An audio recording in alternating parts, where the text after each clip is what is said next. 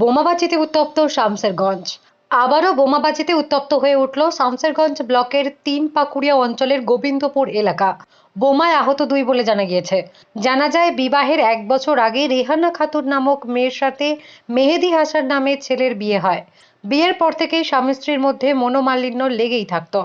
আর সেই ঘটনার জেরেই দুই পরিবারের লোকের মধ্যে বচসা ও ঝামেলা বাঁধে। শুরু হয় ইট বৃষ্টি, বোমাবাজিও হয় বলে অভিযোগ।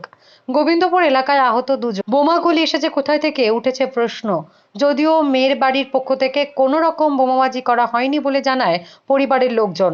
অপরদিকে বাড়িতে ছাদের উপর বোমাবাজি করা হয়েছে বলে দাবি ছেলের পক্ষের পরিবারের লোকজনের। যদিও ঘটনায় আহত হয়েছে দুজন। বোমাবাজির কথা অস্বীকার করলেও ছাদের উপরে বোমাবাজির চিহ্ন দেখা মিলেছে। অভিযোগ আপনার ছেলেরা নাকি বোম বাস্টিং করিয়েছে এবং আহত না, হয়েছে। ওরা করেনি, কারা? ওরা ছিল না। যারা দেখেছে তারাই কইতে পারবে। কি কহরে ক্যালিয়াতে শুনেন গোসল করে ই করছি দিয়ে এমন করে চালাইছে ইট। আমরা খালি শাশুড়ি বউ আছি আর দুটা মেয়ে লোক আছি, আর কহু নেই। যারা দেখেছে তারাই কইবে। দিয়ে ওরকম করে করছে। ওদের ওপর দিয়ে দেখেন, দেখলে তোমাদের শিশিগালা কই ওদের পড়ে আছে আর এখানে বলুন। আকাম করে দিয়েছে।